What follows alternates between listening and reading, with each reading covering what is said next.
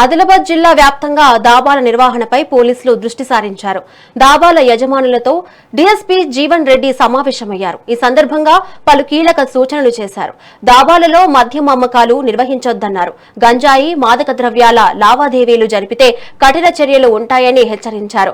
ప్రతి దాబాలో సీసీ కెమెరాలు తప్పనిసరిగా ఉండాలన్నారు. వాహనదారులకు దాబాల్లో పార్కింగ్ సదుపాయం కల్పించాలన్నారు.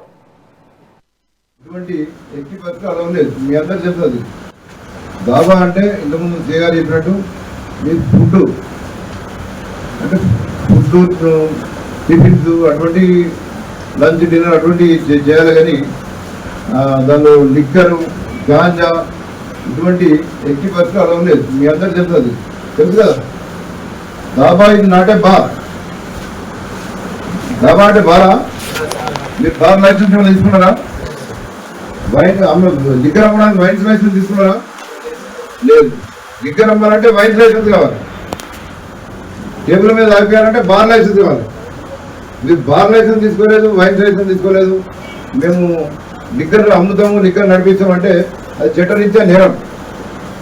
క్రిమినల్ కేసు నమోదవుతుంది, ఆ మెటీరియల్ సీజ్ అవుతుంది, బైండ్ ఓవర్ అవుతారు. మీరు ఆల్రెడీ బైండ్ ఓవర్ అయ్యి తహసీల్దార్ దగ్గర అంతకుముందే మీరు బైండ్ ఓవర్ అయి ఉంటే ఆ అమౌంట్ ఏదైతే 1 lakh రూపీస్ షూరిటీ ఇస్తారో ఆ అమౌంట్ జప్తు అయిపోతుంది.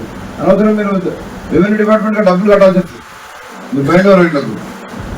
కాబట్టి మీకు ఏదైతే పర్మిషన్ ఉందో అది మాత్రం నడపాలి. అంతేగాని మీరు గిరాకీ రావాలని చెప్పి లేకపోతే ఆకర్షించాలని చెప్పి లిక్కర్ అలవ్ చేస్తే వాళ్ళ మీదకైతే మీ మీదకైతే. దాబా అంటే ఇంతకుముందు